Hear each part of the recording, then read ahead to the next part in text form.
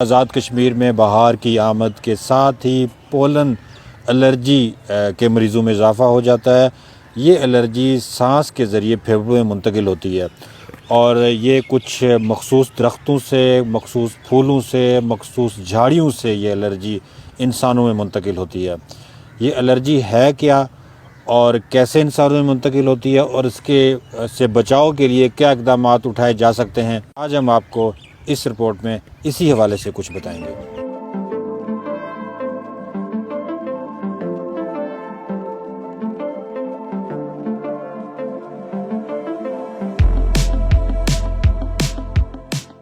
कश्मीर एक hilly area है, beautiful place है, तो यहाँ पे पोलन फ्लावर्स डिफरेंट टाइप्स के होते हैं।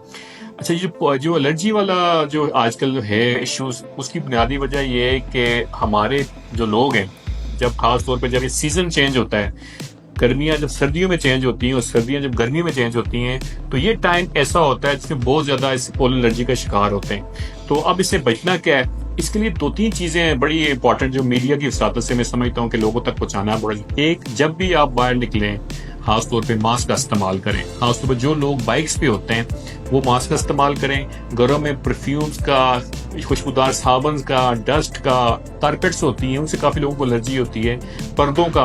तो जब खासतौर पर इनको आप वॉश करें, इनको वॉश करने में छोटे छोटे कीड़े होते हैं, डस्ट के पार्टिकल्स होते हैं जो एलर्जी का काज करते हैं। तो ये दो चीजें। और एक सबसे इंपॉर्टेंट चीज जो मैं खुद भी एलर्जिक पेशेंट हूँ, अस्थमा का पेशेंट हूँ, तो हमने खुद सीखा तजर्बे से कि आपने अपने आप को जुकाम नहीं लगने देना। जब आपको जुकाम लग जाता है ना, तो हमारे जिस्म में एक पूरा साइकिल स्टार्ट हो जाता है। वो साइकिल एंड पे जाके आपको जब खत्म होता है तो उस टाइम इतनी शदीद किस्म की खांसी, आपका सांस का फूलना। तो मैं ये समझता हूँ कि लोगों के लिए हमारा एक क्लियर कट मैसेज है, आपने कोई ठंडी चीज, खट्टी चीज ऐसी इस्तेमाल नहीं करनी जिससे आपका गला खराब हो, जुकाम लगे। जुकाम अगर आप रोक जाते हैं अपना, तो इंशाल्लाह ताला उससे आपकी एलर्जी और दमा काफी हद तक कंट्रोल हो जाता है। और दूसरा, जो दमे वाले जो डॉक्यूमेंटेड पेशेंट्स होते हैं, उनको हम कहते हैं कि जब आपका सीजन ये वाला आने लगे तो आप मोंटी का एक गोली होती है, मोंटीगेट, वो स्टार्ट कर दें।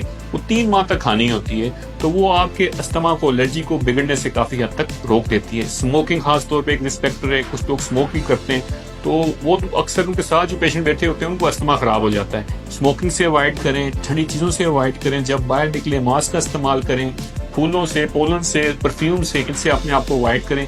अपनी छाती गर्म रखें, खासतौर पर अपनी शर्ट के नीचे बनियान का इस्तेमाल करें। चेस्ट जो होती है बहुत अक्सर खराब हो जाती है। तो इन दौर, अब जो मौसम भी चेंज हो रहा है, गर्मी आ गई है, लोग एकदम बाहर से आके एसी में बैठ जाते हैं, ठीक है, एसी से निकल के एकदम बाहर चले जाते हैं। तो कोशिश करें टेम्परेचर रूम का वो आप मुनासिब रखें। फौरन बाहर से आके ठंडी पानी होता है जो उससे वो ना पिए, उससे भी आपका गला खराब हो जाता है। तो ये छोटी छोटी मोटी मोटी एहतियात है, इंशाल्लाह इससे आपकी एलर्जी काफी हद तक कंट्रोल हो जाती है।